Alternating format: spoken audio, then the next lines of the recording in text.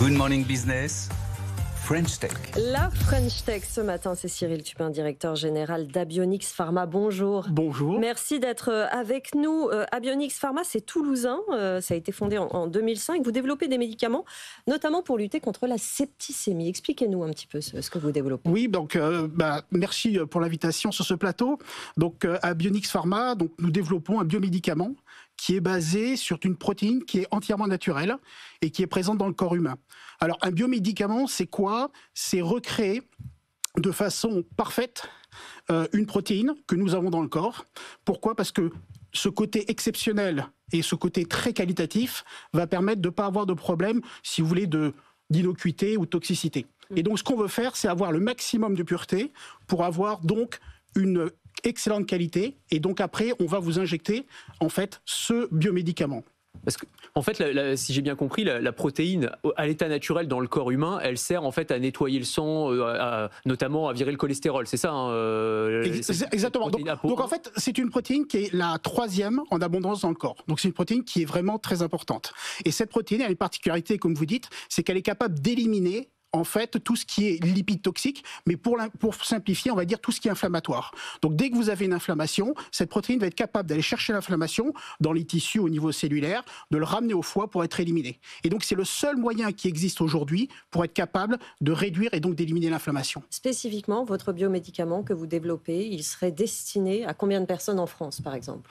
Donc aujourd'hui, vous avez 60 000 personnes en France qui décèdent chaque année donc d'une septicémie. Et vous avez à peu près 300 000 personnes, entre 250 et 300 000 personnes qui vont avoir ce qu'on appelle une septicémie, qu'on peut dire aussi un choc septique ou une septicémie. Et aujourd'hui, ce qu'il faut savoir, c'est que quand vous avez un choc septique, plus vous allez avoir un niveau bas de cette protéine, plus votre chance de mortalité est importante. Et inversement. C'est donc pour ça que nous, on vient rétablir le niveau de la protéine. Et si je veux faire une analogie, c'est un petit peu comme pour les gens qui ont un problème de diabète. Vous avez l'insuline qui est basse, on vous redonne de l'insuline pour contrôler le diabète.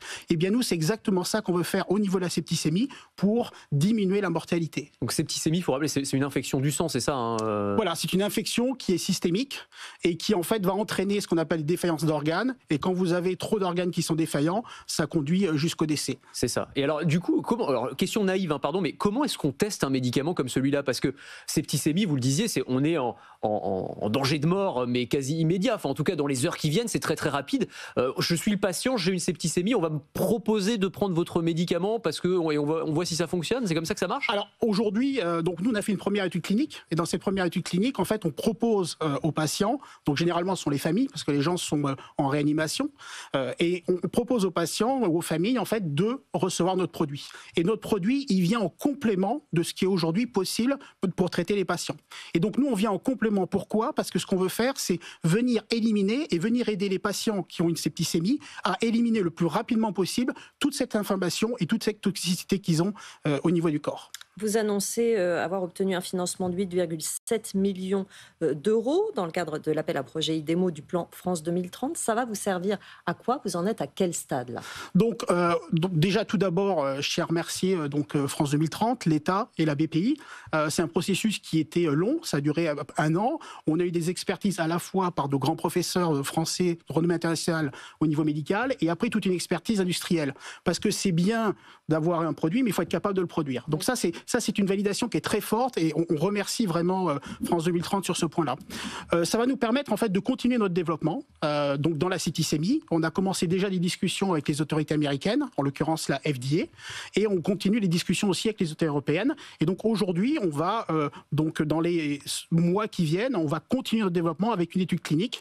Et cette étude clinique a pour objectif d'étendre le nombre de patients, puisque la première était avec des nombres de patients limités, et donc maintenant d'aller avec des échantillons plus importants pour démontrer effectivement qu'on baisse la mortalité en utilisant notre produit. L'enjeu est énorme parce que la septicémie, c'est l'une des causes principales de mortalité et ça va augmenter dans le sens où, avec le vieillissement de la population, l'augmentation des maladies chroniques, on a de plus en plus de gens qui sont vulnérables à ce genre de choses.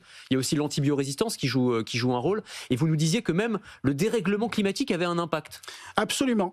Donc vous avez entièrement raison. Donc aujourd'hui, ça va devenir la 3e cause de mortalité.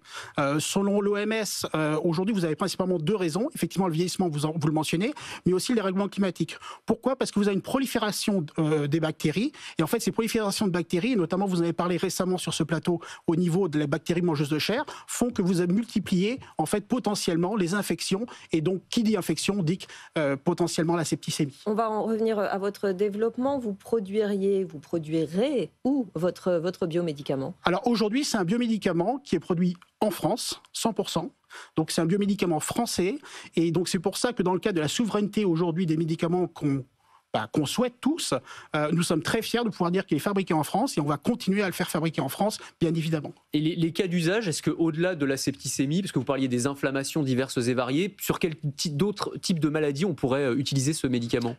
Aujourd'hui, vous avez l'application de maladies orphelines, donc sur lequel nous avons déjà un usage compassionnel, mais vous avez aussi d'autres applications qui vont être toutes les maladies inflammatoires de façon générale, puisque une fois encore, c'est le seul mécanisme d'action qui permet de réduire et d'éliminer l'inflammation, donc via le foie. Donc quel type de maladie quand vous dites maladie inflammatoire ? Par exemple, vous avez par exemple tout ce qui est syndrome de l'orage cytokinique, par exemple toutes ces choses-là dont on a entendu parler pendant le Covid. Je ne connais pas, mais ok. En fait, quand à l'époque, quand on avait le Covid, les gens développaient ce qu'on appelait un orage cytokinique. Et donc ça, un orage cytokinique, c'est quoi ? C'est une inflammation majeure. Donc tout ce genre d'applications font aussi partie donc des possibilités de traitement avec ce médicament. Mis sur le marché, commercialisation. Alors là, France 2030, l'État voulait identifier quelques biomédicaments. Donc aujourd'hui, on est à l'horizon 2030 sur le marché pour la septicémie. Et pour les États-Unis, ce sera pareil ? Ce sera fait en parallèle, absolument. Merci beaucoup Cyril Tupin, directeur général d'Abionyx Pharma, d'être venu nous voir. Vous reviendrez sur ce plateau ? Avec grand plaisir. En tout cas, je vous remercie. Et donc, nous sommes très fiers de pouvoir contribuer et de continuer à développer. Merci beaucoup. Merci beaucoup. Merci Anthony.